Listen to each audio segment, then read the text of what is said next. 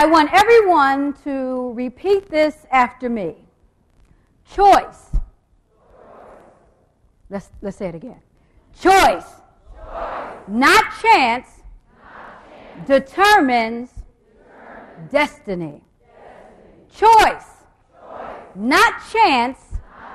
Determines destiny. How many of you know it's the choices that you make today that will determine your destiny tomorrow? That is the reason why you're here at this conference, to make the decisions, to make the choices, to light up your future and activate your dreams. If you want to live your purpose, plan, and potential, there are some things that you need to do. In this session today, I don't want it just to be an experience. I want to create a process that after you leave here today, when you go home and life starts to happen, you have something to refer back to. So I'm going to give you a 6-step process to activate your dreams. Good sign. That's right. Get your pens and paper out. Good sign. Now on your paper, I want you to vertically write the word change. C-H-A-N-G-E.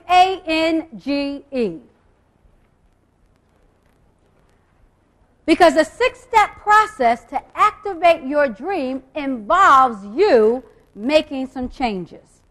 But most people don't like change. They don't like to do things differently.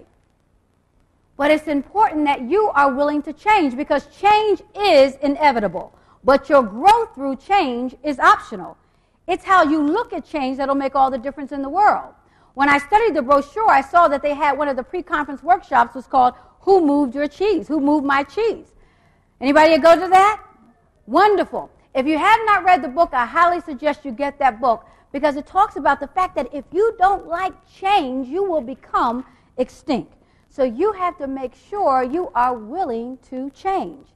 The only thing in life that stays the same is that things will always change. Exactly.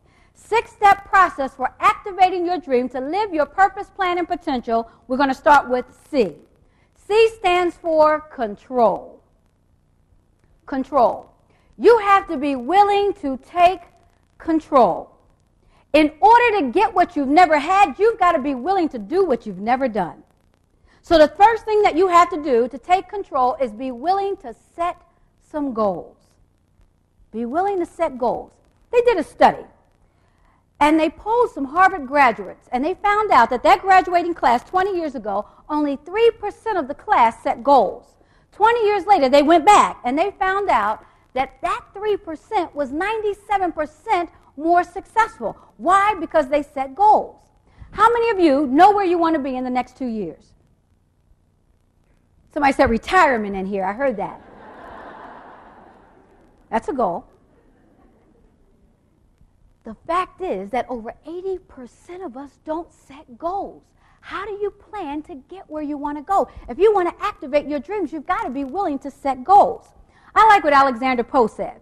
He said, "Blessed is he who expects nothing, for he shall never be disappointed." You expect nothing, you get nothing. Young woman came up to me, she said, "You know, Dr. Lynn, you're talking about setting goals.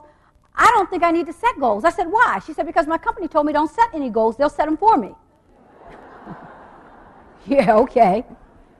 You must set your goals. Your goals will serve as a roadmap to activate your dreams. And when you set goals, it also helps you with vision. Do you see yourself doing something? Do you see yourself even doing more than what you're doing? How many of you know it's never too late to live your dreams? So many people don't get to their dreams because they don't have a roadmap to follow.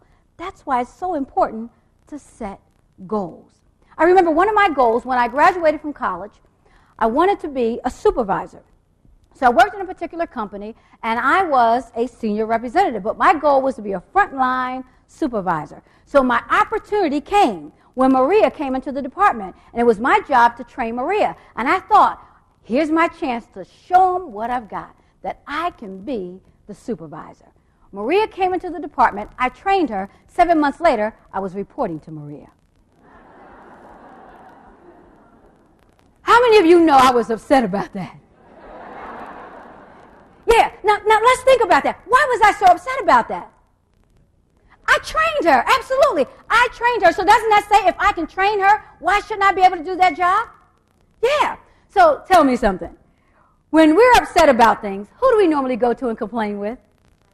Co-workers. You got it. So I went to one of my co-workers and I started complaining. You know I didn't get that job. I know you didn't. You think I should do something? Absolutely you should do something. Well, what do you think I should do? I think you should quit. That's why you shouldn't listen to your coworkers. I wrote my resignation letter, marched right into Dave's office, my boss, handed in my resignation letter. Dave read the letter. He was shocked. He said, Tracy, you're quitting. Why? I said, what do you mean, Dave, why? He said, why are you quitting? I said, because of Maria. He said, you don't like Maria? I said, Dave, it has nothing to do with me liking Maria. Maria got the job that I wanted. Listen to this. Dave said something that changed my life forever. What Dave said to me is the reason that I am here with you right now. Do you know what Dave said? I never knew you wanted that position.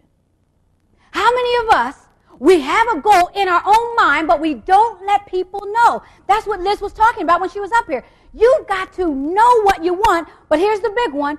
Don't be afraid to ask for what you want.